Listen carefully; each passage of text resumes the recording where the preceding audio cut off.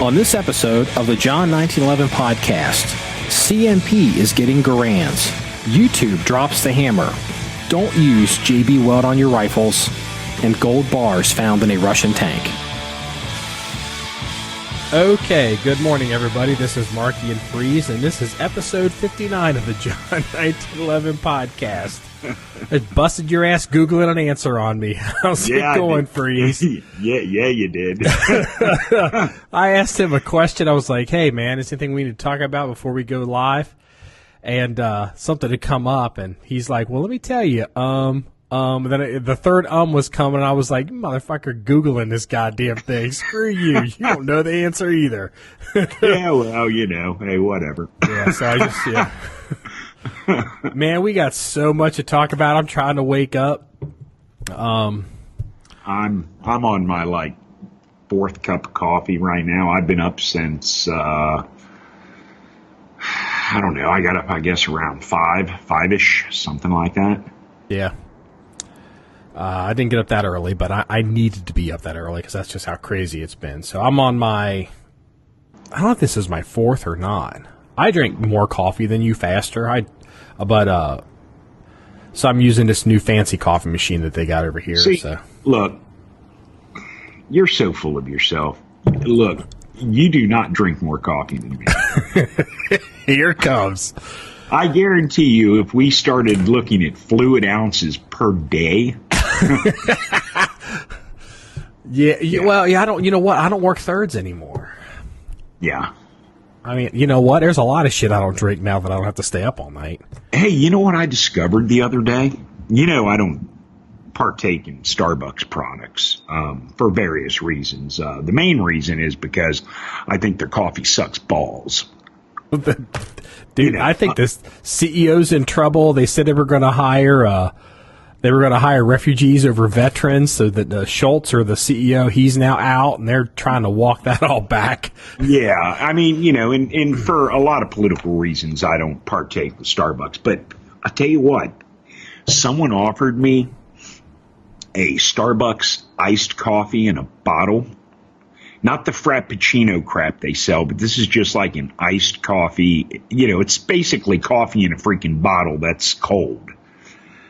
And, man, I have to say it was pretty damn yummy. Well, yeah. Okay. Is this the stuff? Because I've seen they sell, I mean, it's like a drink in a convenience store. You go to the cooler and there's... So is one of those? And it's not like the Frappuccino, which is like the milkshake, sugary milkshake crap. This is just like cold coffee, and honestly, I have to say, it was I don't know, it was like coffee plus milk is what it said. It was kind of like light brown, looked like coffee with creamer in it. And man, I'll tell you what, it was pretty tasty, I have to admit, Probably had, 25% corn sugar. Oh yeah, I'm sure. Then they got to put crap in it so it doesn't turn sour in storage. And oh yeah, I'm sure it was all total garbage. But I'll tell you what, look, I drink a lot of coffee, and I'm not a fan of all this iced coffee that's going around. I just don't like it because basically to me it tastes like pouring day-old coffee over ice, and that just doesn't do anything for me. But, like I said, it was offered to me. Guy I know bought a 4-pack of it, and he's like, oh, you want one? And I'm like, well, yeah, sure, I'll try one. And it was pretty good. Will I buy it? No. Oh, God, per Starbucks. ounce it's probably crazy expensive, and it's Starbucks, too. Well, I mean, I won't buy it because it's Starbucks. I do occasionally, like if I have to go somewhere and I need coffee and there's a drive, I will drive through a Starbucks. Like, I mean, like when you're traveling, you just need some goddamn coffee. Well, I refuse to learn their lingo. I always come up and I'm like, I need an extra large or your largest cup, whatever your biggest cup is. I need this and this. I refuse to do. I can't remember everybody's bullshit name for everything. Yeah, I won't partake in Starbucks. I mean, I hate McDonald's coffee with passion. I think it tastes like burnt old coffee. See, let me interrupt some people you, like right? it. That's fine. We have a lot of people that are coming into this podcast because they're gun guys or they're outdoor lifestyle guys, and they're wondering why you and I have such strong opinions about things like McDonald's coffee. It's because when you work thirds, when you're up all night. Well, here's the thing. When if I get 5 hours of sleep, it's a banner freaking week for me. I don't get a lot of sleep. I work long days, and with my schedule, I've got so many days on, so many days off. A lot of people have shifts like that. And when I'm on my on week, I'm thirds. And then when I'm on my off week, obviously, we're busy doing a bunch of other stuff. I don't get a lot of sleep, and I do drink a lot of coffee. So coffee is a big part of my life, It's a big part of anyone that works thirds. Coffee is, yeah. But, I don't drink beer. I don't drink... well, I hope you're not drinking it when you're working. No, but I mean, a lot of people, I drink coffee in the morning, then they have other beverages they drink. I mean, I don't drink a lot of soda anymore. I used to. I don't, I'll have one occasionally. I'll drink a cup of coffee and lay down and go to bed, and that's probably why I only sleep 5 hours and 4 or 5 hours a night. But I mean, coffee doesn't keep me up. It is my drink of choice. I don't drink iced teas and pop and beer, and I do drink a lot of whiskey, but that's another story for another time. But coffee is my drink of choice. And I have the coffees I like and I don't like. Like right now, I'm on this Mary Lou's coffee kick. My brother, who lives, in the New England. How the hell did Mary Lou's coffee make it onto this podcast? Well, my brother sends it to me by the bag, and I grind it, and it's pretty damn good coffee. Hey, I don't know if they. I don't think they sell it around here. Okay, I'm going to interrupt you because you and I will talk about coffee all morning. We do need to get a podcast going. Okay. I got some good news that all the gun guys are going to like. I don't know if you heard about this, Freeze.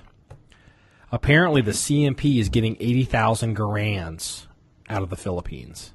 Yeah, I heard about that. I don't know any details. I just heard a quick blip, 2-3 days ago about it. The blip I heard, coming from the Philippines, condition-wise, everyone's worried about it. But my thing is, who really cares about the condition? Because, this very well could be the last batch of Garands the CMP is going to suck up. And unless they change the rules and allow allow U.S.-made firearms to be re-imported into the United States, but that's a whole nother, Well, there's my understanding. There's a couple things that my understanding with these Garands. There's two types of Garands that the American gun culture is aware of, and they don't realize that they're different. My understanding is these Garands coming out of the Philippines, many of them may very well be unissued in original packaging, and they're actually property of the U.S. government. The U.S. government they've owned these forever, but there's just been, they couldn't get them in, we couldn't import them, the Philippine government, they were not available to bring it into the U.S. because of whatever policy. But my understanding is these guns don't belong to the Philippine government. These are actually U.S. property. Yeah, and that's what I was led to understand, because that's why they're allowed to bring them in, because they were never given away. They stayed possession of the U.S. Well, I don't that may very well be true. I haven't heard that specific thing, but my understanding is and that's why these are going to CMP, because CMP is this weird pseudo, it's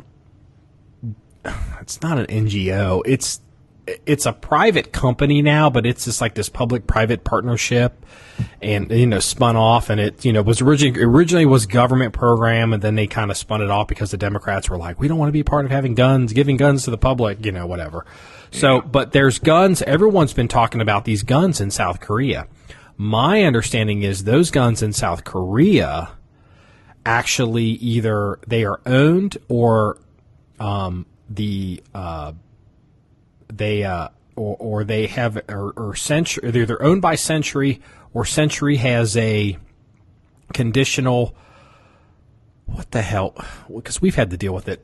What do we call it? The intent to purchase, not a purchase agreement, but a contract intend to purchase. Basically, we lock these up. We are going to buy these. We've set the price or conditions, over time, X, Y, or Z happens. But those guns belong to Century. And if those guns come in, those guns will not go to CMP. They'll come out of wherever Century. Where is Century Freeze? Well, I guess Vermont? Georgia. Okay, I can never. I mean, I've seen so many Century markings, I can never keep it straight. Well, I know. Well, I don't know now. I mean, a lot of their import stuff comes out of Florida, and they had a place in Florida, but I believe their main office is in Georgia, I believe. Okay. I could be wrong on that. I think it's. I mean, I'm not that interested in it, but I mean, it is whatever it is.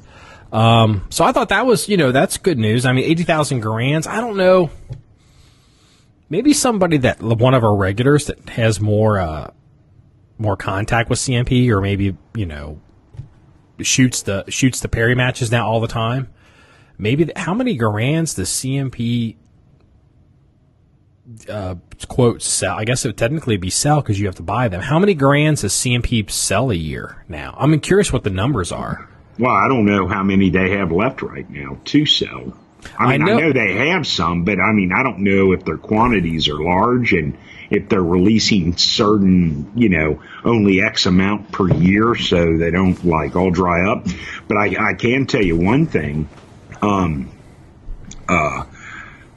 All these guys on Gunbroker wanting, $1,200-$1,400 for a CMP Garand are going to be sorely disappointed if this new batch comes in. I'll tell you what, I noticed something that happened too. It's a good example of the economics, and this is because it's something that I follow. I'm in the Blaser Tactical 2 or LRS-2 rifles. People have, our regulars see these weird guns that I, have the straight pull bolts on. Well, the LRS-2 Tactical 2 guns technically can't come into the U.S. anymore because the German government is not allowing the export of, quote, military weapons. And, Blaser's also stopped doing the R93, so whatever. So, it's been getting harder and harder to get parts. And, or get guns or get whatever. So, for example, I was scrambling around trying to find 223 barrel. Well, the prices have been going up and up if you can find them. But, and I didn't even think about this, but around 2005 or 6, these guns probably hit the U.S. market pretty hard. I mean, that's when they kind of hit the market, these Tactical 2 LRS-2 guns.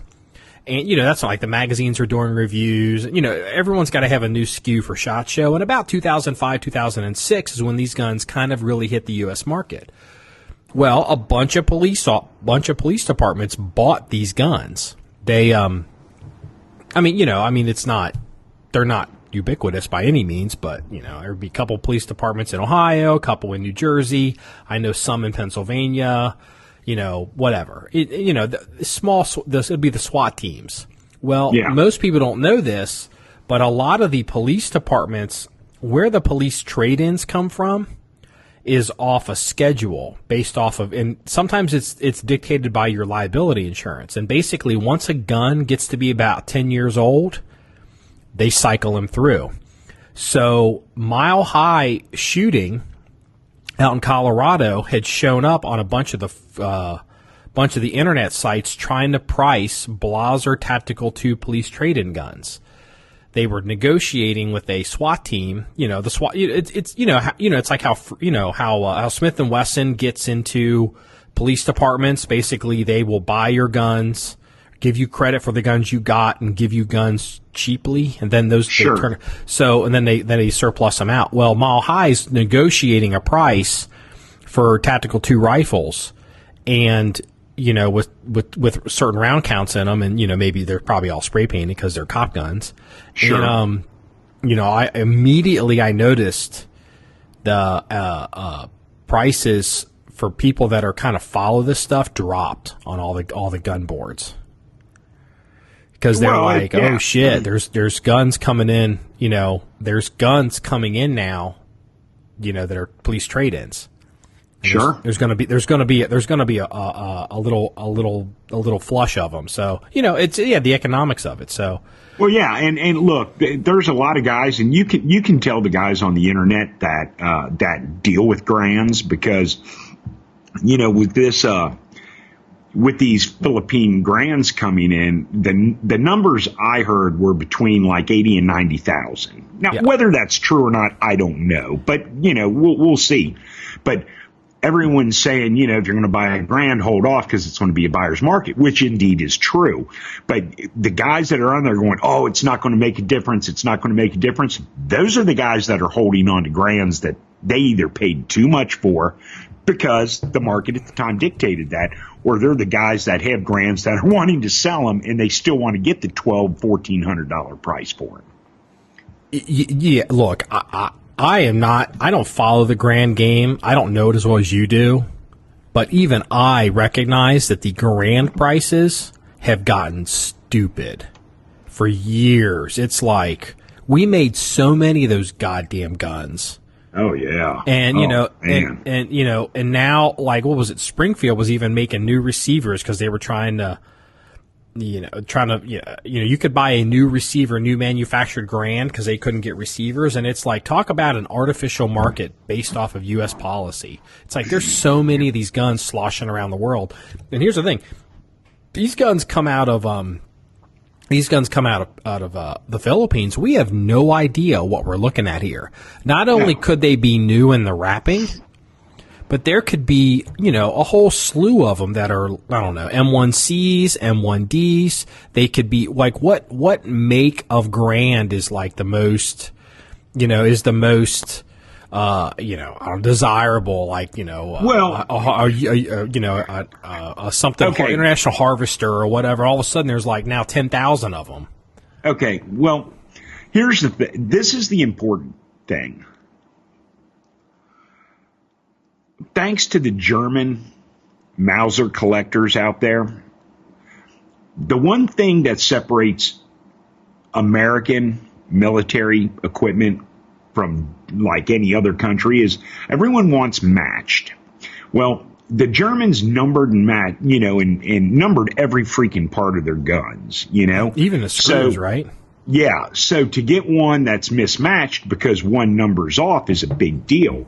Well, the U.S. never numbered every single part, but most of the parts are stamped with a manufacturer. So, for example, if you get like an M1 carbine made by IBM, all the parts should be IBM parts. Now, collectors collect these, and if they're all matching, they create a premium. But that's basically a false, bogus, bullshit market. Because that gun's, unless it's an unissued rifle or it was issued to a non-combatant and it never left the country, those guns are not matched. Because unlike the Europeans who kept the guns all numbered, or if they refurbed them, they force matched them. what the U.S. did is after any type of conflict, like, after D-Day, they would gather up all these firearms, stack them like cordwood on pallets, bring them back.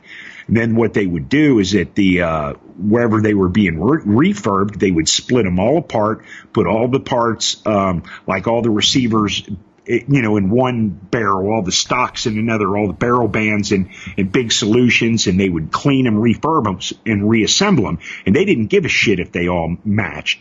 So if you have most of your Garands and M1 carbines and that are indeed mismatched, that's just like 1911s. It's nothing to see, frames and slides in that all mismatched if it's coming from the military, because they didn't care about matching. So what all these collectors do is, I got an all-matching Winchester M1 Garand.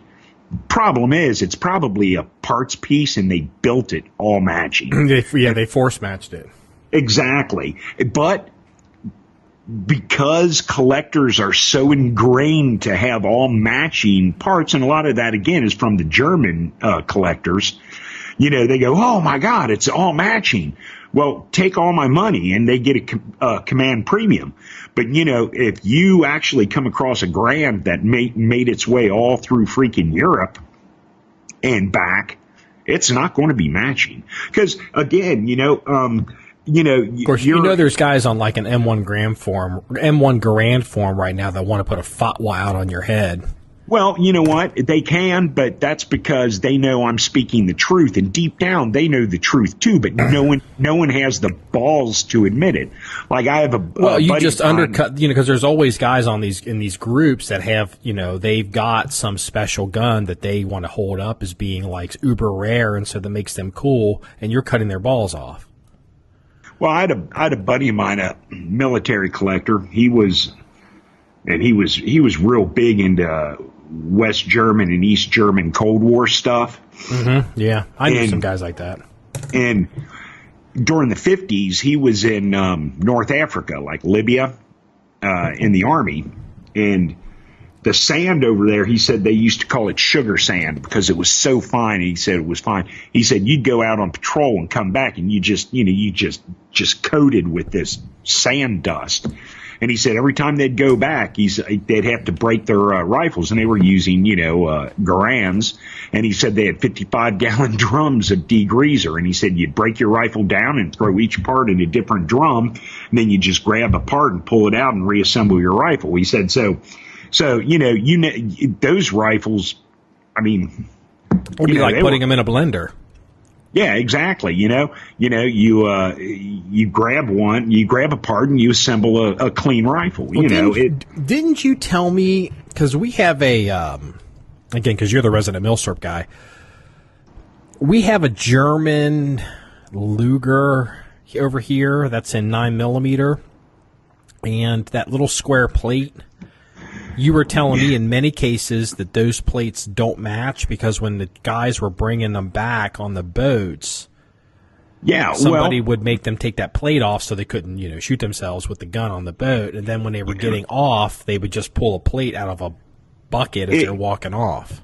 Exactly. The on a lot of Lugers, the side plates are quite often mismatched, and guys on the internet will be like, "Oh, I'm looking for this numbered side plate." They're trying to match their gun.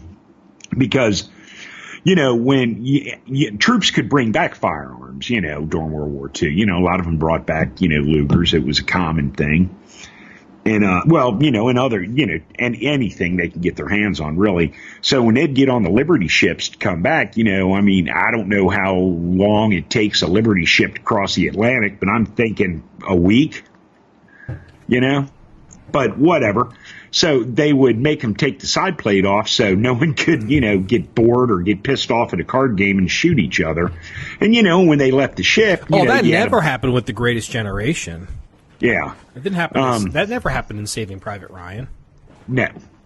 So when they would get off the ship, you just go and, there would be, a box or a drum or, I don't know, duffel bag, whatever the hell they stored them in, and you just go grab a side plate, Well, I think our side plate matches because you were excited there for a minute. Then then you realized that the toggle doesn't match. You were like, "Oh." Yeah, I was like, sorry, dude. Yeah, well, look. Hey, hold on. Go ahead. I want to talk about Mr. JB Weld, but go ahead. Okay, a lot of the Mausers, Lugers, Walthers that came back that are all matched, usually were smuggled back in a duffel bag, something. There wasn't a whole lot of restriction on it. There was, so I don't want to make it sound like every freaking Luger out there is mismatched. No, there's a ton of all-matching Lugers, and they do command a huge price these days because, look, Lugers were expensive 20 years ago, and they're just ridiculous now if they're in good shape and all-matching, But, again, I don't want to, insinuate that every Luger that brought back was, taken apart and all that stuff. That's not the case. A lot of them did make it back. A lot of them came back in duffel bags and whatnot. Yeah. So, well, you know what? I'm gonna insert a little segue here before we go to the Mr. JB Weld boy. This one's easy. Yeah. James, I actually can't believe I would want to own this because I'm not. I mean, look, it was a good movie, but I'm not. I don't like the world you live in. At this movie, people worship this movie. Remember the movie Scarface? Obviously. Oh yeah.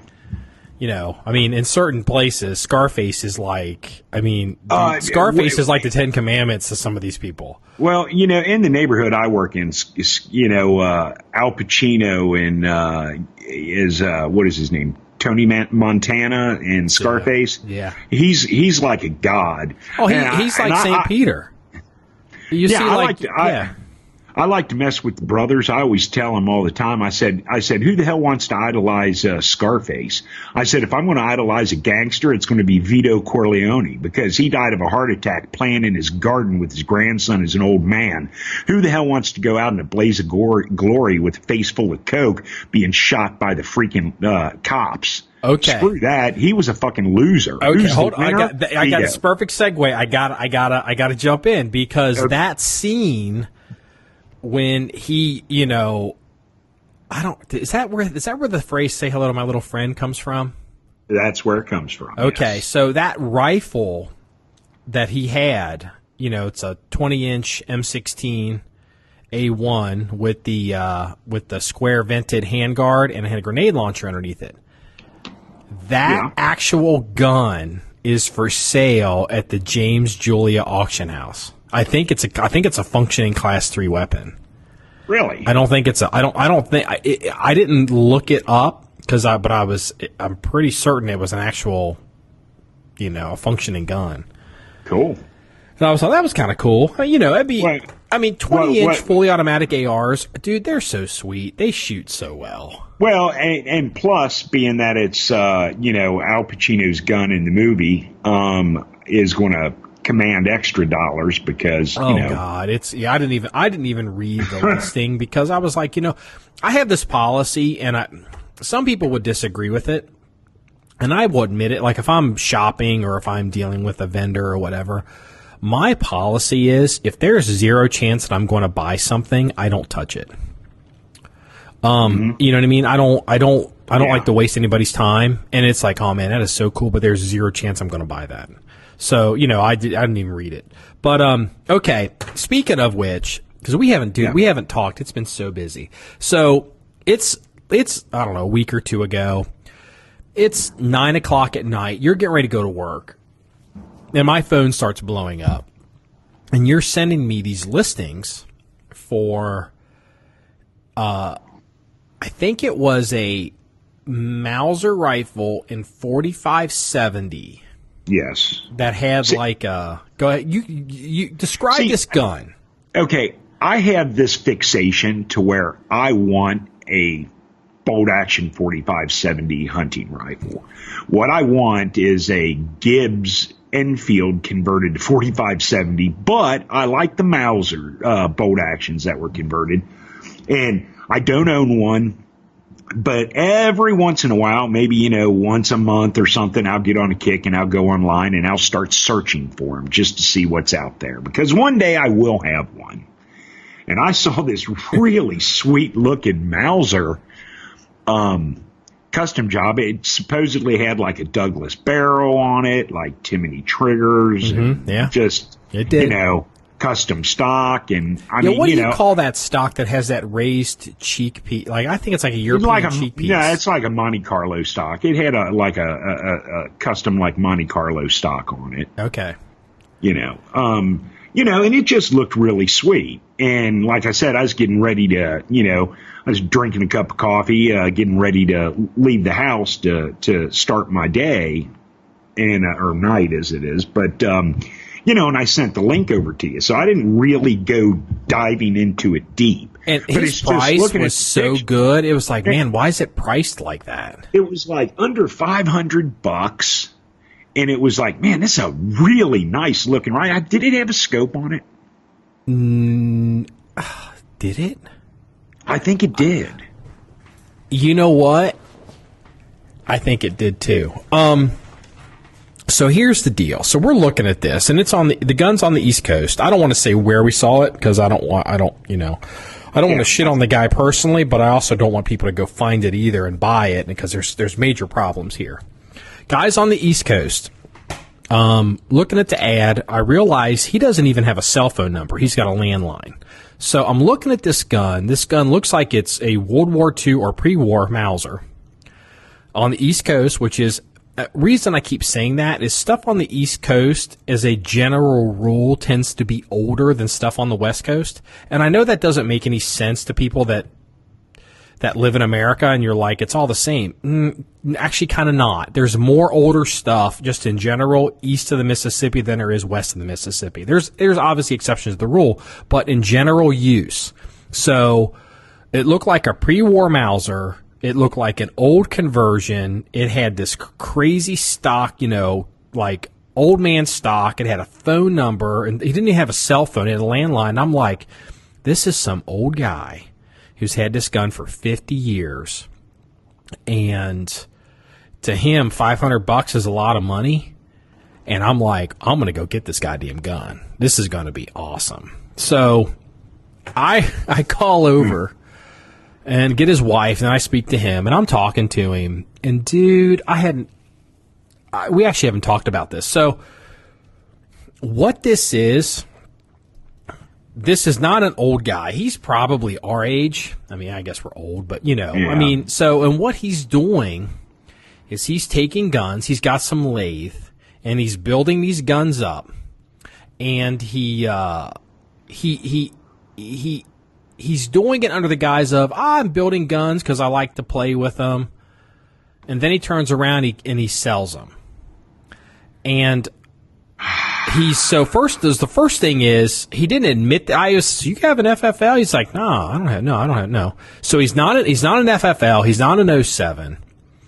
He's doing this. And then you start talking to him. It's like, well, how's this going? Or how's that going? Or how's this? And he starts talking about, like you had noticed that the barrel had a weird step in it. The barrel was stepped. And it was like, if this is an aftermarket Douglas barrel, why the hell's it stepped? Yeah, so, because he's like some, Bubba guy, I guess. But literally, at one point, he just is rambling on and on and on. And he was even talking about, what was it? He took a Martini Henry action, and he took some barrel, chopped it off, put it in there, cut it for like, I don't know, 30-30, and JB welded it in there. And as soon as I heard JB Weld, I was like, holy fucking shit. I mean, this guy's just going, and you can just tell this guy is a shit show. And, I couldn't get him off the phone. And I was just, so he's building gun. I will say this. And here's the cherry on top. Dude, this guy lives in a state that they will put you in prison if you break gun laws. I mean, this guy doesn't live in, like, Kentucky, okay? He doesn't live in South Carolina. This guy does not live in a gun-friendly state. And he's doing all kinds of crazy shit. And with JB, literally okay. JB Weld. Okay, now this is my problem with JB Weld. Well, I mean, there's a lot of problems with JB Weld, but here's the thing: if you're a gun guy and you're, oh wait, this gun we were looking at, he even admitted to me. He was like, well, you know, there's some issues with the gun because I sold it to a guy in Texas, and he didn't. Turns out there was some miscommunication, and he sent it back to me, and he was mad. And quote, he broke something on the stock. No, he didn't break something. A gun got broken in shipping. So, I mean, this guy, he's selling guns. As he's putting these pictures up and selling these guns, people think that they're getting, like what we think, you know, oh, my God, this is an old sporter that was done really well, and it's really interesting. And it's some Bubba guy that's putting this stuff together in 2 weeks. Oh, man. And, see, yeah. like you'll see DIY gunsmithing where they'll like JB Weld sights to a barrel. Okay, now my thing is, if you can do all this work to a gun like this, why don't you invest a little time in learning how to silver solder? Because you don't need a lot of, you don't need big welders or anything to silver solder. I mean, it's like soldering with lead. It's like doing home plumbing with a torch. But silver solder actually holds and looks good. I mean, that's how gun manufacturers put sights on. I mean, if they don't dovetail it or anything, you know, they're silver soldered and it holds. I mean, it's like, you know, like on ribs on shotguns, you know, are silver soldered. I mean, you know, that's true. And it's not hard. I mean, you know, it takes practice to be good at it and not make a mess. But if you're going to invest time into doing DIY gunsmithing, it's kind of one of these basic things you need to learn how to do. Just kind of like you need to learn how to, like, you know, work with wood a little bit, you know. Mm-hmm. Well, this guy, he was already planning on pulling this 4570 barrel off and putting a 308 or something else on it.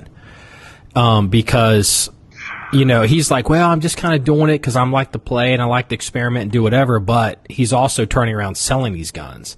I mean, dude, I don't know what the hell I was talking to on the phone, but I just, you know, I'm like, so do you have an FFL? Are you a manufacturer? Are you this? Are you that? So you, and, you know, even if the gun didn't have JB Weld in it, I was like, I'm not touching this. I'm not touching this with a fucking barge pole.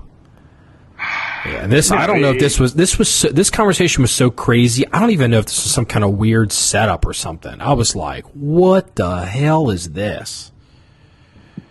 Well, you know, that would just be another major ass project we'd have to deal with. We got so many. We already have some. Yeah, major. So anyway, we got way too many projects on the table right now to be investing in another project. Yeah. Especially, I mean, look, it's one thing if you can get a project for a couple $100 and it's like, oh, you know what, it's cheap enough. Throw it on the bench. If we get to it a year from now, whatever, it's no big deal. But you know, yeah. Okay, I want to talk about something fun. When I was a kid, I was kind of a jackass kid. Yeah. You know what I mean? Like, you know, I made my own bombs. Like, I made my own fireworks. You know, like, we would just, you know, we'd go and just build a tree house in a tree and not talk to anybody's parents. And just, I mean, we would just do shit. And, you know, it was a different time. Well, yeah, kids actually were allowed to play. Yeah. And, you know, no one tried to, like, child-proof the world back then. It was like, you know, kids got stitches, kids broke bones, shit happens. Yeah. And I remember as a kid, and again, at the time, this seemed like it was, you know, we thought this was hilarious. You know, we would do things like we would throw rocks at street signs outside of people's houses. And, like, you know, so it'd make bong, like, at 2 o'clock, and, like, we'd sneak, you know, like, a sleepover, you know, like, all of our buddies, and we'd stay up all night, and we'd watch, like, Cinemax and HBO, where we could see, like, naked girls, and then we would climb out the window and run around the neighborhood. You know what I mean? Like, you know, shit today that, you know, you wish that's all kids did. So, but, you know, we used to do things like take slingshots and shoot them at this one sign that was in front of this house that had this woman in it that, you know, she detected that we were a couple, you know, hooligans. And so she would stay up all night trying to catch us. So we would launch, you know, with slingshots. To this day, I still have a slingshot here in the Army because I love them so much. With marbles, we would, you know, slingshot like from 75 yards away and just wang this sign outside of our house, and she could never see us. Well, Somebody has finally outdone my little kid pranks. Did you hear what happened in Dallas the other night? No. Somebody broke into the, I don't know, I guess I would assume it's the County Emergency Services center, broke into their computers, and at like either 12 o'clock at night or 2 o'clock in the morning set off all of the tornado sirens. Like for the entire county. That's awesome. Some kid or something. It's just like, you know, I mean, you know, the adult part of me and the responsible part of me, you know, is like, you know, yeah, I mean, this could be serious. It could scare people. You know, people could panic. People could be hurt. You know, all kinds of problems. You know, certain things got to happen. You know, is there, you know, if there's no storm and the sirens go off, or does that mean Korea launched a missile? I mean, you know, especially you and I, Freeze, when we were kids. You know, I mean, you had to be worried about a nuclear missile strike. Like when the sirens went off, it could be a big goddamn deal. Yeah, so, well, you know, if it wasn't April during tornado season, it wasn't Wednesday, the first Wednesday of the month. It was a problem. It was a big problem. And if the skies were clear and the tornado sirens are going off, something really bad could be going on. So anyway, so somebody set off the sirens. Maybe it was Al Qaeda, maybe it was the Russians, but I just know it was some like 12-year-old Marky. It was like, that's pretty good. I like that one. I just wanted to tell you that. Right. Yeah. See, I mean, I pulled a lot of shit when I was a kid. Well, see, you were in also most of my stuff was done before I was old enough to drive. I mean, like I was a hooligan at like between like the ages of probably 10 and 14. That's about right though. Yeah. I mean, once I was able to legally drive, then, you know, I stopped doing a lot of that shit myself. All your money and time went into building your muscle cars. Yeah, that and playing with guns. I built a lot of muzzle loaders. That's how I got really started with guns, you know, building my own black powder kits. You know, but so okay, so are we going to talk about this? YouTube has demonetized all of the gun content on their website. And we have been predicting this for probably 2 years. Okay, you know what? Before we get into this, let me just veer off and just throw a little blurb. Okay, so search for something fun. Go ahead. Okay, this is awesome. Most of our listeners probably know who Hickok 45 is. Big gun guy on YouTube. Well, there's a conservative comedian who has a YouTube channel. I think he also is like syndicated on radio, at least satellite radio, and is named Steven Crowder. I think Steven Crowder. Anyway, his show's called Louder with Crowder. You've heard me talk about him. I don't know if you've ever watched any of his videos. You know, I've heard I know who he is because he's an up-and-coming media guy. I know who he is. This all kind of ties in. It doesn't have anything to do with the demonetization, but it does tie in because Crowder has a video talking exactly about what we're going to talk about. But I just saw a video yesterday. He did a parody skit of Hickok 45. That's like 8 minutes long. That is just a freaking riot. If you've watched any Hickok 45 videos, you'll get a chuckle out of it. You know, I guess, yeah, I mean, see, and the reason, like, I haven't seen this video, but the reason why somebody would do that is Hickok 45, look, I mean, we were cursing within the first 30, literally this podcast, we were cursing in the first 30, I was cursing within the first 30 seconds. I was cursing, I will admit, and it was the F-bomb. And I will never be as commercially viable as somebody like Hickok 45. He's a nice old guy, and he just does what he wants to do, and he doesn't want to hurt anybody, and he doesn't offend anybody, and he's very admirable, and he has a wide commercial appeal. And I have a hard time understanding how YouTube's already gotten their nuts cut off by closing his channel. I am curious to find out if he was demonetized. Oh, I guarantee you he was, because he's a gun guy. But here's I don't know. We'll see. Yeah, I'll tell you who really got hurt by this. Yeah, Nothing Fancy. And I predicted this one a long time ago. Yeah, because like Hickok 45 and Nothing Fancy, they've got well over 1,000 videos. Like they're 12, 14, 1,500. I went and looked at their video counts a couple days ago because I'm trying to get ready for this. And Nothing Fancy, he is all in on YouTube. He's got nothing, and I don't know what kind of money he makes off of YouTube. And I guess people aren't making as much money as they used to. But his YouTube channel, he's done. Well, see, I don't know. And this is why I say I don't know with Nothing Fancy, because not all of his videos are gun related. He does like motorcycle videos and things of that nature. So, I mean, do you demonetize a channel because he does a gun video and it's demonetized for everything? Or do you only demonetize the gun videos? You only demonetize the gun videos. They're not demonetizing the gun videos per se. I mean, they are, but what they've done is they've created a class called restricted. I've had to become educated on YouTube because we publish to YouTube now. I mean, we literally just started publishing to YouTube, and we just do it as a courtesy. Like all of our videos host, like John1911, this is the John1911 Podcast. We have John1911.com, the blog page, which is, home base, the Death Star, camp for us. And, all the video there is hosted. We host it basically in-house. We use a service. We pay for a service.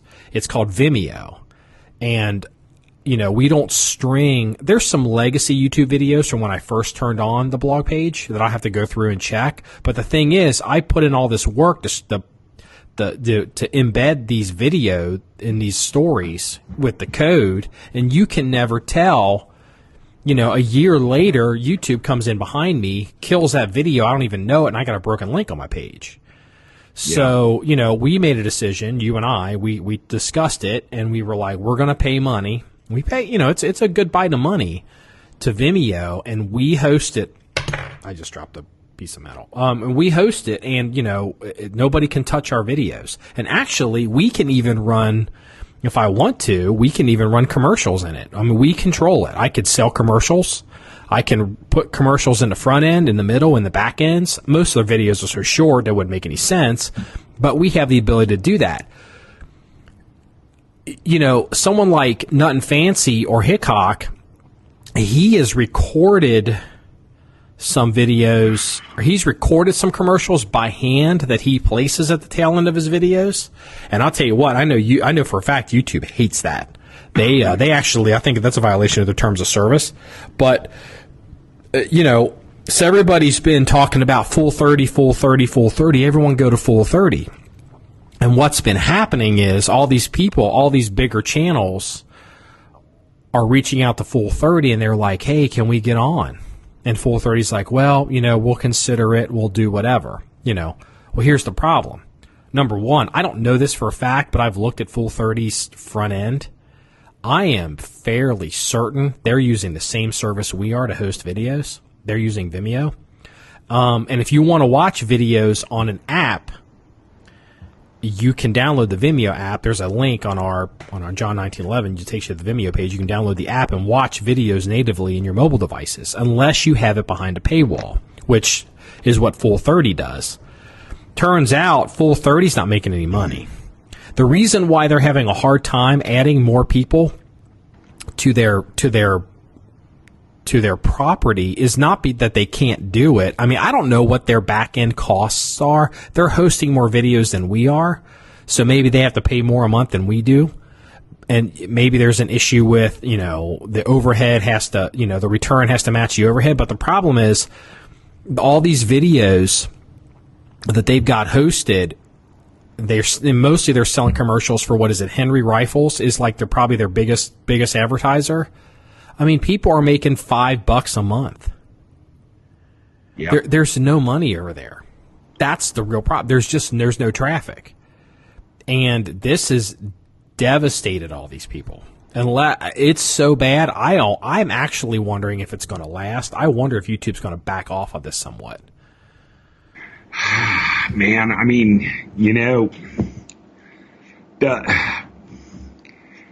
what it all boils down to at the end of the day is when they demonetize channels because they call it restrictive or whatever, if it's just gun channels, gun-related channels. Let me stop you right there. Hold on, this is important. Restricted, according to YouTube, the last I checked, because again, I've now all of a sudden had to become paying attention to YouTube just the last couple of months.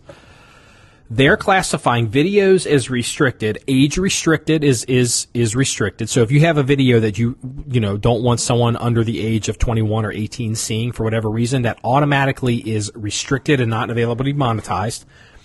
Videos that have cursing in them. So for example, the first 30 seconds of this podcast, I said the F-bomb probably. And, when we publish, we also simultaneously publish this in audio to YouTube. YouTube will detect that F-bomb and automatically not let us monetize. We don't ever monetize anything on you. We don't even do it. But YouTube would be like, nope, can't do that. They're demonetizing subjects that are, quote, controversial. That's their terminology. They're demonetizing subjects related to war and warfare, even if you are not actually showing the images or controversial content directly. So check this out. You mentioned Louder with Crowder, guys. Is his name Steven Crowder? I think it is. He basically, or the other example would be like the Young Turks, okay? They're doing basically a social commentary news websites. Mm-hmm. And they're discussing all of these topics. It's like any of the talk, Sean Hannity is a commentary, not a hard news site, but they cover controversial issues. Steven Crowder is a commentary, not a hard news site. According to these restricted policies, all of that is now demonetized or will be. So if you're running a news website, you can't even, if you're running a YouTube channel like Welcome to John1911 News and we cover the news of the day, we probably can't be monetized. Well, and that's what I was saying before you interrupted me and went on this tangent. Well, I needed to give you I needed to tell you specifically what their policy is. I understand that. But what I was saying is if they only demonetize gun channels, then the percentage of gun channels on YouTube opposed to everything else is not going to be that big of a deal in the long run. But since they are demonetizing, basically anyone who's right-wing conservative and doesn't agree with YouTube's policy, they get demonetized. So the question you have to ask is, if YouTube demonetizes a decent percentage of their channels, let's say 20%, which is a lot of YouTube channels. But, if you demonetize all the conservatives and all the gun things, or anyone who has a non-politically correct YouTube channel, in the long run, will YouTube survive, or will someone fill that void and put a big hurting on YouTube in the long run? I have an answer. Okay. This is where you and I, we don't follow these issues, so we don't really know this. And I hear stuff, and I'm like, I don't know what the fuck this even means. So apparently YouTube's in trouble. Okay, YouTube has lost a couple $1 billion of advertising over the last probably 6 weeks, maybe 8 weeks. And here's what we know, and then here's what we think, because I don't want to get conflated. Here's what we know. One of the biggest channels on YouTube, if not the biggest channel, is some guy named PewDiePie. Okay, and I guess this guy does video game stuff. I guess if you want to be, I've heard the name. I've never watched any of his stuff. I don't really know who he is, but I've heard the name. You've probably heard the name within the past 6 or 8 weeks when it made the news, and that's when I heard it, because I didn't know what that even, like, when I first heard PewDiePie and YouTube, I'm thinking that's some kind of like cartoon or something. I don't know what the hell it even is. So this dude, he's a white guy with blonde hair. And I guess he's probably in his 20s or maybe early 30s. I guess he's been doing this for a while. I think he does video games. And I think YouTube, the biggest genre on YouTube by far, is video games. Like kids talking about video games, playing video games. Yes, it's huge. I guess. So what happened was he got on a website called Fiverr. I'm familiar with Fiverr because I've used it for something, and it's a micro e-commerce site, and basically, you can pay somebody like $5 to draw me a picture, or $5 to, or whatever you work out, like $10 to make a video sticking out your tongue, or like it's got all kinds of like video editing, graphic arts, it's got voiceover people, but it's also got like crazy shit in it. Like somebody's like, pay me $5 and I'll put anything on a sign and I'll hold it up. You can take a picture of it.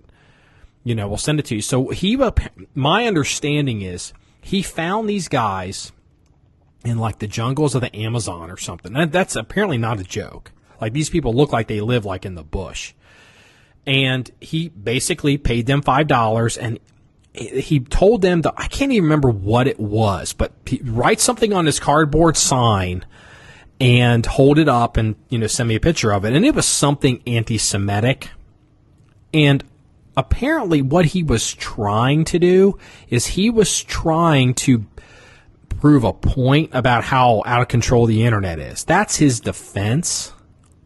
And, I'm tending to believe that because I don't understand what the return of investment is. He was trying to, he wants to get into more social commentary, I guess, because he does have all these people that follow him. Like, he's got was it 50 million people or something? I don't even know what the hell it is. So, yeah, he does this and he puts it up somewhere and is making some story. So, what happened is the mainstream media, I think it was the Wall Street Journal. They saw this, and they wrote a story. And basically the headline, which was the gotcha line, the clickbait headline, was, "Is your kid watching a Nazi on YouTube?" Or is the number one kids channel on YouTube a Nazi front? Or something like that. Well, So that exploded. And so what ended up, this is the important part. So what ended up happening was YouTube went fucking crazy on this kid. Because not only was he like, look, the truth is, remember when we were selling the Chris Kyle shirts and it freaking blew up and, we had all this money pour into our PayPal account overnight and we couldn't even get somebody on the phone at PayPal to give us the money. Yeah. Well, when you get to be big enough with any of these groups, you do get a phone number and they'll call you. You can talk to them. Well, so This PewDiePie dude,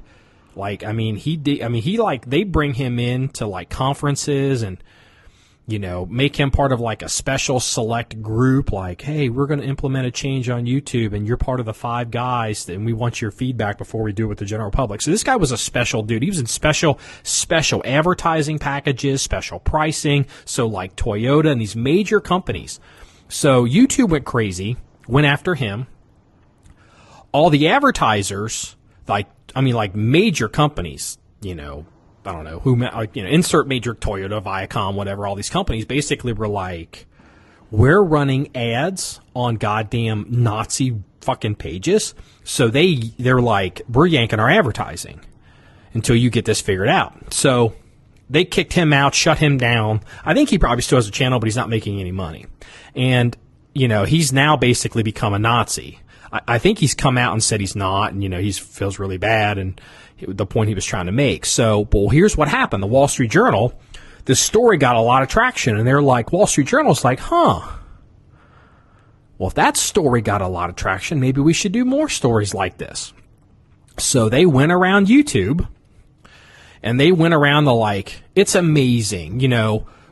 I can't remember what the hell. I put up something on YouTube, and they actually took it down. You know, it's a violation. We've had one video, I think maybe two, taken down off of YouTube. But you can get on YouTube, and you can see videos of Al-Qaeda talking about chopping off Donald Trump's head or some bullshit. Yeah. I mean, just crazy shit. Well, here's the thing. YouTube, you know, YouTube is all about views and viewership and minutes online. So what YouTube does is, you know, you're Toyota and you're buying, it's called program. I know I'm really getting deep here, but people are trying to scramble to figure out what all this is. It's called programmatic advertising. So when Toyota runs a commercial on one of Mac's channels or on Nut and Fancy's channel or Hickok 45's channel, they did not probably specifically choose those channels. They bought a package with YouTube, and they set a certain demographic, and they're like, we want this many views, this returns, this demo, here's your money, I want this many clicks out of it. That's all they want. Here's the money in, I expect this many clicks out per dollar. Nobody's tracking where this shit's really going. Well, Wall Street Journal went out, and there's some debate as to whether Wall Street Journal photoshopped some of these pictures, but they supposedly took screenshots of like Toyota ads running on Al-Qaeda promo videos. Because an Al-Qaeda promo video, everybody watches it. And see, nobody wants to admit it, but when there's a story, like a worldwide story about somebody doing something, all the news outlets want to see it. They embed it. You know, all the intelligence people want to see it. All the curious people want to see it. And it gets a lot of traffic. So they're actually running ads on these goddamn things.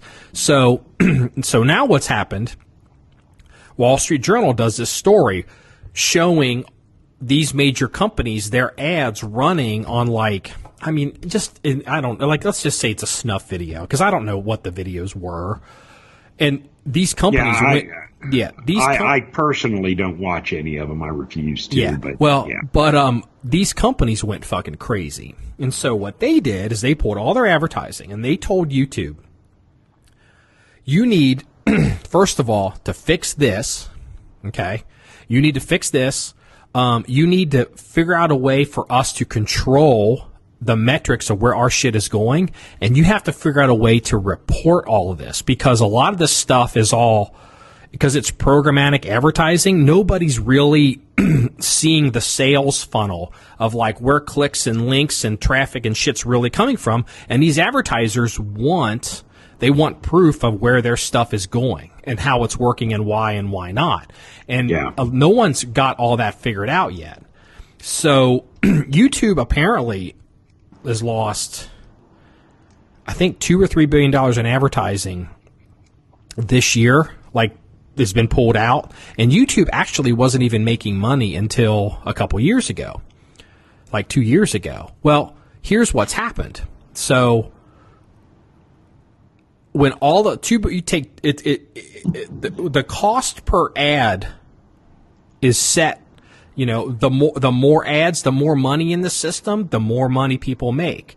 If you take all this money out of this advertising system, $2 billion, $3 billion, all of a sudden, ads get really cheap because it's a marketplace. It's just like the oil business. It's a commodity. So over the past, say, 8 weeks, all the YouTube channels before this change happened, their revenue numbers have been going down and down and down and down. Like, not just the gun people, but, you know, everybody. Like, all the video game channels who are like competing with PewDiePie, their ad revenue's going down. They're all complaining because, like, what's going on? Why is the shit going down? It's going in the wrong direction. And so it's already hurting, and then Google's dropped the hammer on this demonetization with based off what they're calling restricted content.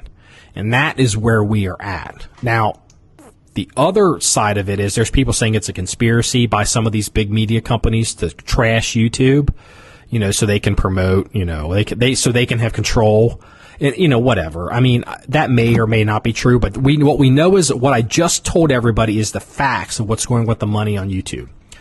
So, whatever your favorite YouTube channel, like Louder with Crowder, before he got demonetized, and I suspect he probably did get demonetized, his money according to him, he did.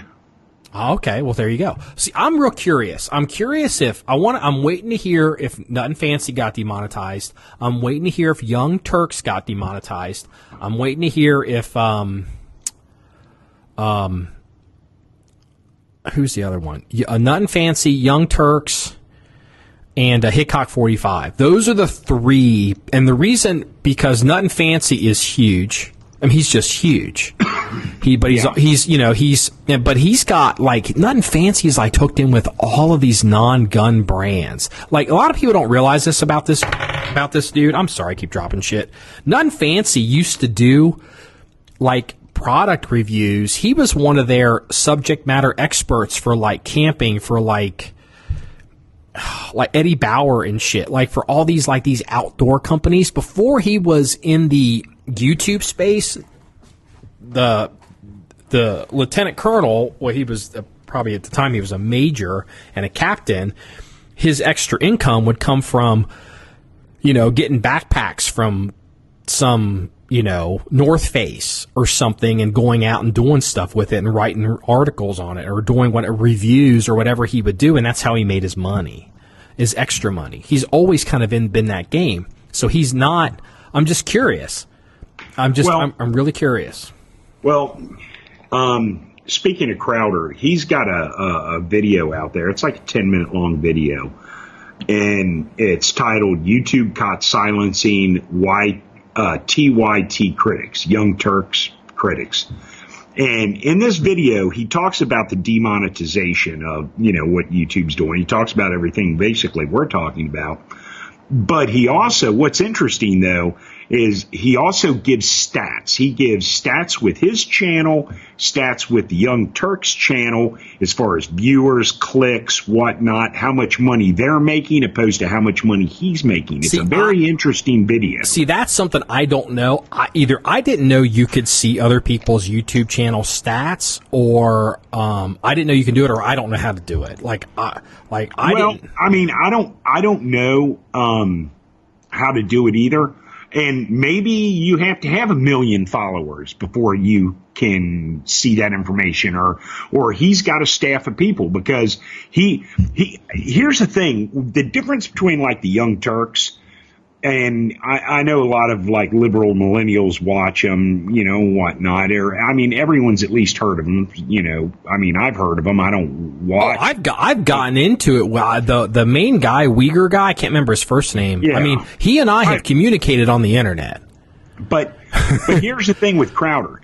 He does podcasting, he does YouTube videos, and he actually does. He's kind of like Glenn Beck in that respect. He's trying to create the Blaze. He's trying to make his own network. Well, but what's interesting though is, like, if he drops the F-bomb, it's bleeped out. Check this out. He unlike the Young Turks, which is just a straight bullshit YouTube channel, and it is what it is. He actually has to comply with FCC rules and regulations because he's on the air. So he's got syndicated airtime somewhere. He's got syndicated airtime somewhere, so he has to apply with all FCC regulations. So he gets demonetized basically because of his political view and content. It's not because he's dropped the F-bomb, because there are no F-bombs in there. If someone drops an F-bomb, it's bleeped. Well, here's the bottom line on this. I have seen the YouTube policy for how they're classing they're calling it stuff not eligible to be monetized. They don't call it demonetization. Here's the thing: the way it's written on YouTube, by far, the way it's written on YouTube, Young Turks should probably be demonetized. That's why I want to see. Well, and they should be, because he actually shows a video clip of them dropping the F-bomb. Well, I mean, when was this video published? If this video wasn't published like 2 weeks ago. Well, here's the thing. How old's this video? Because here's the thing. YouTube changed the rules. I think it was a week. It's a week tomorrow. Yeah, I think this only happened on Thursday of last week. I mean, I don't know. Yeah, we don't know yet. But you know what? But I'm gonna say this, because this has been coming up in the gun community, and you touched on it here, and I'm gonna give people a reality check. You were like, well, is YouTube going to lose? Are they going to demonetize 20% of their videos? Well, I don't. The percentage of videos that are on YouTube versus those that are monetized, and you have to turn monetization on. It just doesn't happen automatically. The truth is, you could wipe out Nut and Fancy, every goddamn gun channel on YouTube, and it wouldn't even. I don't even think it would even make a blip in the traffic on YouTube. They've done the numbers, and the numbers are not in the gun people's favor. They've decided, look, we're losing billions of dollars here, and then they're looking at the percentage of content that's causing them problems, and they've decided it's time to grow up, and they're whacking it. And I got news for everybody. This ain't going to fucking change. I mean, if they don't change it, if they demonetize Hickok 45 is my canary in the coal mine. If they demonetize Hickok 45 and they keep him demonetized, because here's the thing, YouTube knows who Hickok 45 is, because that story when they shut his channel down last time was worldwide, and they got blowback on it, kind of like the United Airlines story now. They know who this guy is. And if they decide they've got a system in place that will demonetize him and they don't walk that back, we're all dead. You better get on Vimeo. You better get on something else. Look, the truth is, it's like Facebook. I don't think they're going to walk it back. I think we're all dead. Well, you know what? Look, I would love that to be wrong. I would love them to walk it back. But the truth is, and look, we don't have a dog in this hunt, because we're not making money off of YouTube. Oh God, no. We don't care. We're just using it as a vehicle to reach people. Exactly. But look, the truth is, I do not believe YouTube's going to walk this back anytime soon. And I don't, everyone's like, well, then, we should stop watching YouTube. Yeah, that shit's not going to happen either. People are still going to watch. If they demonetize Crowder and they don't demonetize Young Turks, there will be a lawsuit. By definition, their Young Turks have to be demonetized. Well, they should be. I don't think they will be, but we'll see what happens. And you know what?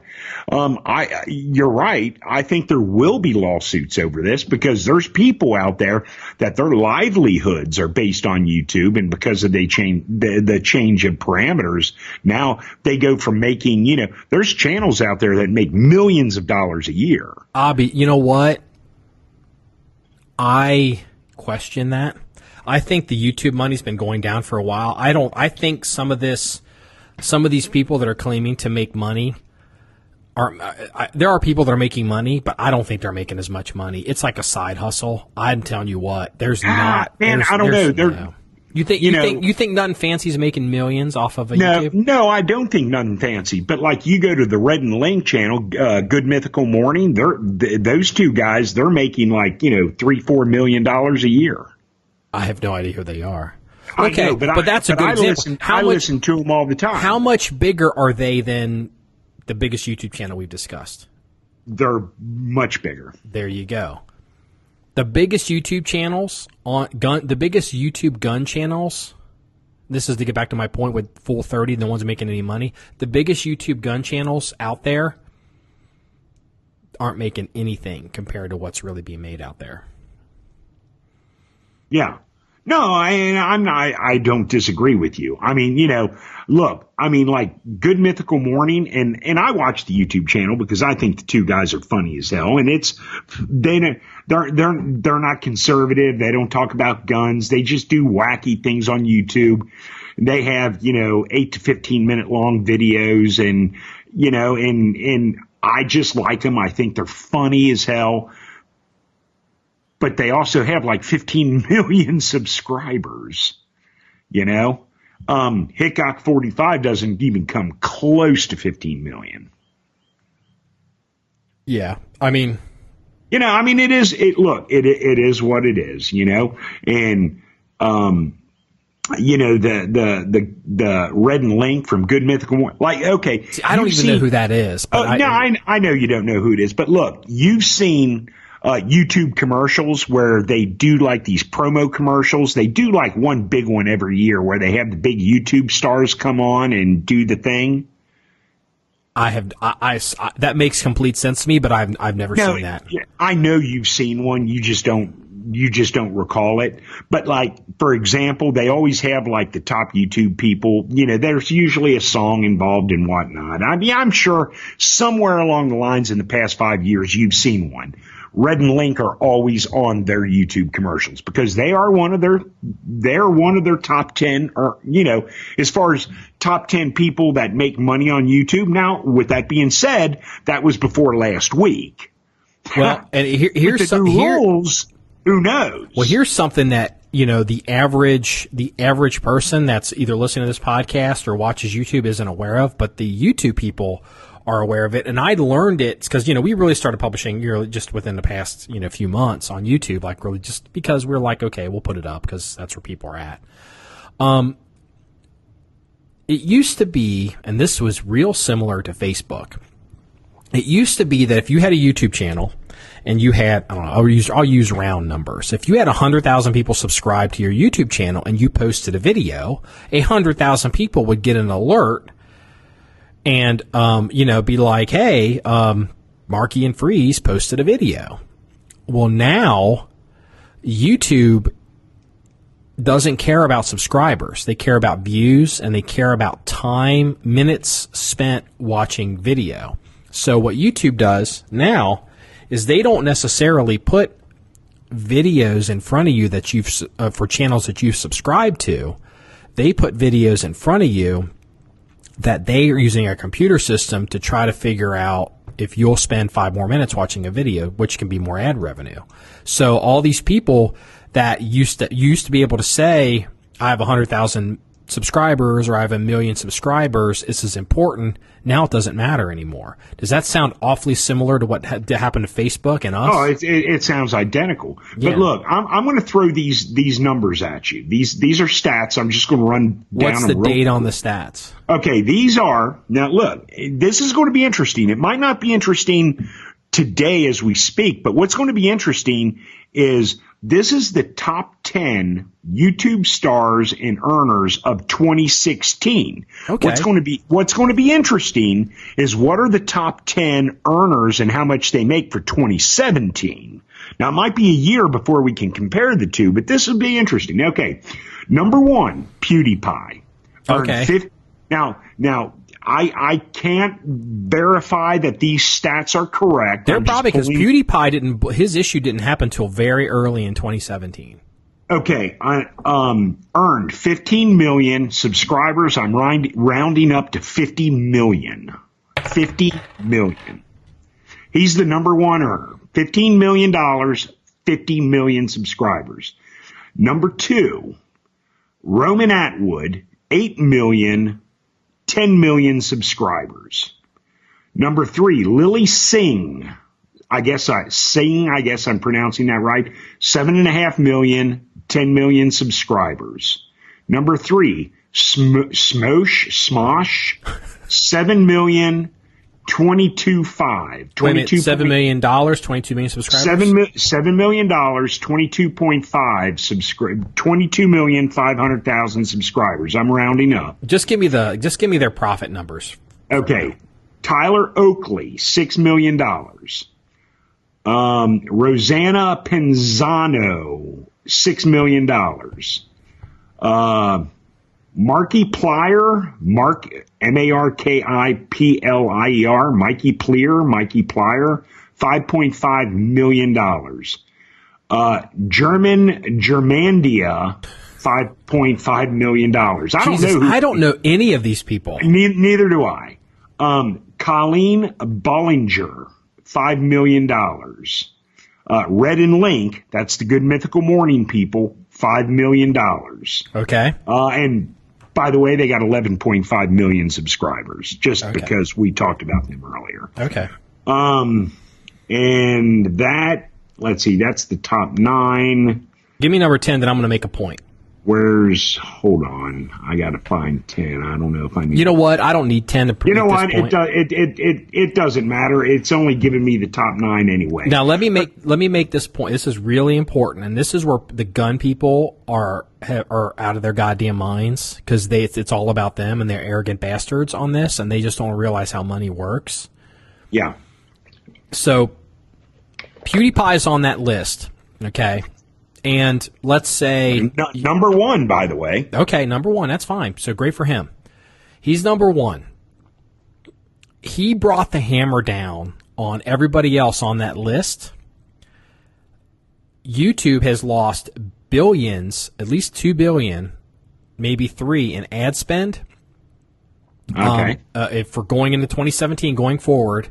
So the other 8 people on that list are looking at PewDiePie going, you motherfucker are costing us a fuck ton of money. Because here's the thing. If the money's not out there to be spent, the money's not out there to be made. Yes. And here's the thing. Those other 8 people, those other 8 channels, they want PewDiePie out of their way. Not because he's on the list ahead of them, because he's now, costing them money because he's made controversy. And yeah, he's toxic. So, but here's the thing. The other 8 people, they don't want John1911 on YouTube. They don't want Hitcock45 on YouTube. They don't want Nothing Fancy or Crowder. They don't, because it's costing them money. So, the top 8 on the list are, now pressuring the other people to, clean this up, because they're not making any money either. Yeah, well, exactly. And look, mind you, the top 9 that I just read off, none of these are gun people. None of these are right. I mean, I don't know half of them, but I'm assuming none of them are like hardcore conservative political groups. Because frankly, if they were hardcore conservative political YouTube channels, I would have heard of them. And whatever their shtick is, I don't know. I actually only follow one of them, one of the 9. And honestly, only 2 of the 9 I've even heard of. Why does YouTube exist? For entertainment. To make money. Well, I mean, yeah, for a business, of course they exist to make money. But I mean, YouTube exists because it's entertainment. YouTube is a business, exists to make money. If they don't make money, they're going out of business. Well, yeah, of course. And so that's the way it is all with these everyone. things that are costing everybody money are going to go away. Well, what'll be interesting is on April the 12th, 2018, looking at the list of the top earners of 2017. Yeah. Now, probably on April the 12th, 2018, we'll be moved along to something else, and we won't even remember this conversation. But it'd be very interesting to see if these top 9 are still top 9 earners for the year 2017. Yeah. I'll tell you what, we're going long here, and we probably bored the hell out of everybody with this YouTube thing, but we need to explain it, because we get questions on it. But I'm going to end with something funny, because I like to end on a positive note. And, whenever I'm down, I need to pick me up, all I have to do is reach over and look at the police blotter. Okay, well, and you know what? And then I will end with something funny after you. Well, let's see who's funnier. Okay. So, there's a landlord, and he owns a piece of property, and he keeps getting complaints from his tenants. It's a business. It's a commercial property. Getting complaints from his tenants that everything's backing up over here. The pipes aren't working. The drains, everything's clogged up. So he calls It's like the whole building, the whole strip mall or something. So he has to call in commercial plumbers. The plumbers come in, look at their sewer, their sanitary line, and it's backed up with hundreds of used condoms. Is this a joke or is this real? No, this is real. So wow. Okay, I'm impressed. Hold on. I got to give you the punchline. Hold on. So okay. He's like, "What the fuck?" So he finally he figures it out that the massage parlor in his strip mall is actually a Jack Shack, and the police end up coming in and arresting the people because they were flushing condoms, I guess, down the toilets and backing up the whole building. So yeah, a massage parlor being a Jack Shack. Surprise. Oh, you know what? I'm not even going to take a guess the name of the people that were arrested. Probably like, a hung low schwang. Well, okay. Look, in the old Vice circles, you know what these used to be? Or Jack Shack is like what the kids maybe call them now. Do you know what they're called in the people in the know? We call them AMPs. AMPs. Asian massage parlors. It's the truth, dude. It's just the truth. Hey, look, Asians do two things. They do nails and they jack people off. And that is why we're goddamn demonetized. That's why we're demonetized. Jesus fucking Christ. Well, you know what? Look, it's Italian mobsters that run illegal shit in ship ports. Yeah. You know what I mean? When the Asian mobsters take over the Teamsters, I'll crack Asian Teamster jokes. Yeah. Yes. Okay, so what's yours? And get closer to the microphone.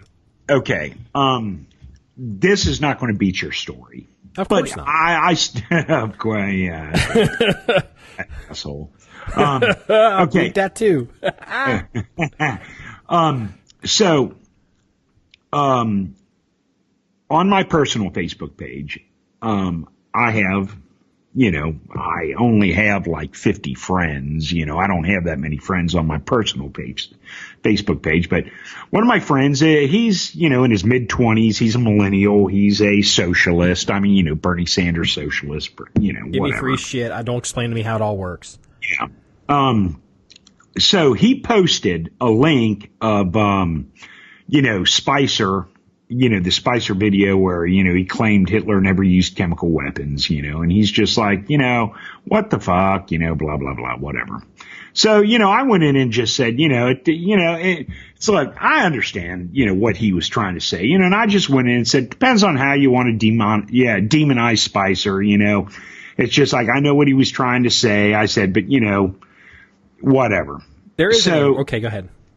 So this woman, Megan, that's all we'll say. We won't mention her last name. Came in and, and she was talking about, he misspoke, blah, blah, blah. But that's inexcusable, being a press secretary and all this shit. And she's just like, and I don't necessarily know if it's true because I'm pretty sure they used mustard gas in World War II. So I went in and corrected her and explained to her that it was in World War I, and we just went back and forth, and I agreed that, maybe he misspoke and he should have used a better analogy. But at the end of the day, historically, he was technically correct, So anyway, she keeps going on about, how someone in that position should have never, made a gaffe that bad and he should probably lose his job. So I went in and I said, well, I understand it was a gaffe and he probably shouldn't. I'm throwing her a bone. I'm working with her. This is a civil conversation.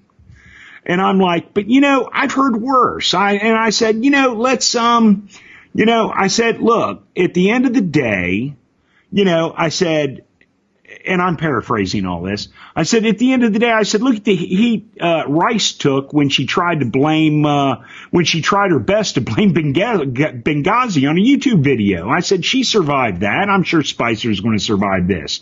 And her response was, well, I know what you mean, but, you had me. But, when you started tossing in apples into the discussion about oranges, Okay, so that was the end of the conversation. And I didn't reply to that because it's like, okay, now, because I already told her, I said, I understand you don't like the administration, so you're going to demonize them as much as possible. And she's like, no, I hope the administration survives. And she's paying me lip service at this point because this is a pretty polite back and forth, And then when I threw in Susan Rice, she's just like, oh, apples and oranges.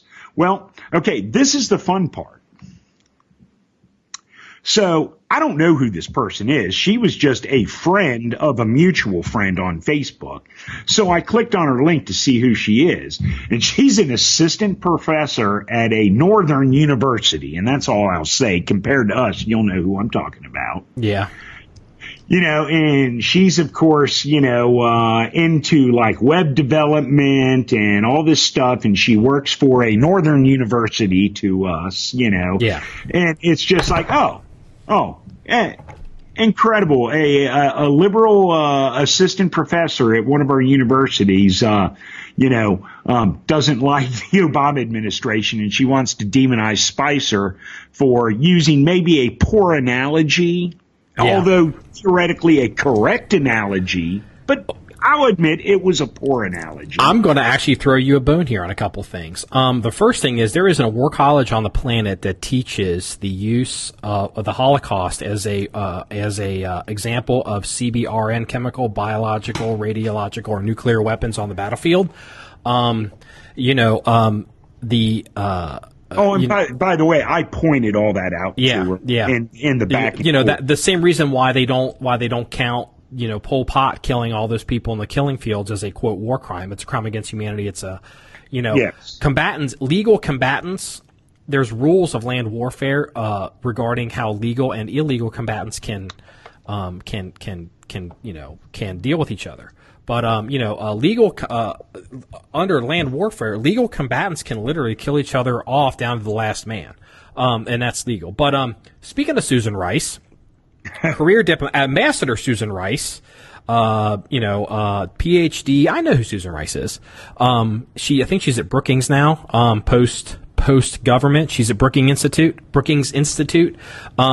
PhD. She was ambassador to the United Nations. She was assistant secretary of state. She was in line to be the secretary of state. She went out as the assistant secretary of state because Hillary Clinton wouldn't come out and talk about Benghazi, so they got her to come out, and she basically won on all the 5 shows and lied, and then she basically killed her from being able to become Secretary of State, which was always her goal. I remember she was working for Obama during a campaign in Iowa, and so they had to throw her a bone because she couldn't get confirmed for anything. So they brought her on as a national security advisor at the White House, which is an executive position where it doesn't require Senate oversight. And I'm saying all this to prove a point. This is a career government academic woman. And I don't begrudge anybody making money, but it's come out. Do you know how much money Susan Rice is worth? Oh, I have no clue. It's probably a lot. That's why I'm bringing it up. She's worth $50 million. See, and how do you make $50 million working for the government? Well, it turns out that some of it she's invested in, like the company that's doing what's the pipeline that all the hippies hated? And now I can't even remember it. That's how important it is. Yeah, so she invested in that company, but it's the XL pipeline or something. Yeah. So she, here's the thing: she's got all these investments in all these overseas companies. But wait, it's interesting. Barack Obama, when he was running against Mitt Romney, the big complaint was he's got all these investments overseas. He's got all these investments, and it's like all this evil. And didn't they accuse Mitt Romney of insider trading? Oh, of course, because he's white and rich.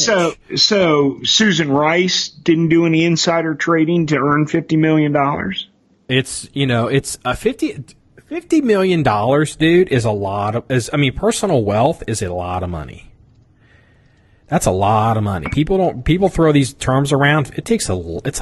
That's $50 million personal net worth is a lot of money. That's a lot of fucking money. That's almost what you're worth. Almost. Okay, yeah, you know well, what? it's But all those YouTube I'm gonna, dividends. I'm gonna give you one more because it's fun and I wanted to talk about it. If I don't do it this one, we're not going to talk about it. You know, you always wanted. You're going to end up buying a tank one day. I just know you will. Yeah, I will.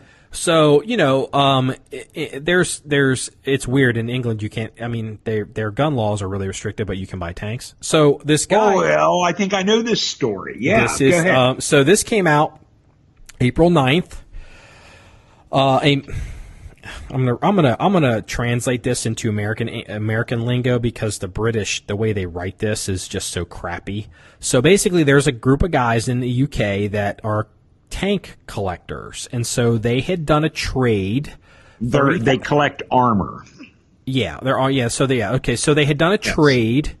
We know a couple guys who do this. They'd done a trade for a tank, and it was a T54. But if you're an armor guy, you know there's all these different upgrades. This is a T54/69, which to me I think looks more like a T62. But whatever, I don't care. Yeah, whatever. That's not the point of the story. So this tank was worth about they're pricing it as £30,000 in value. They did a trade, like they traded something for something and got this tank. This tank came out of the Middle East.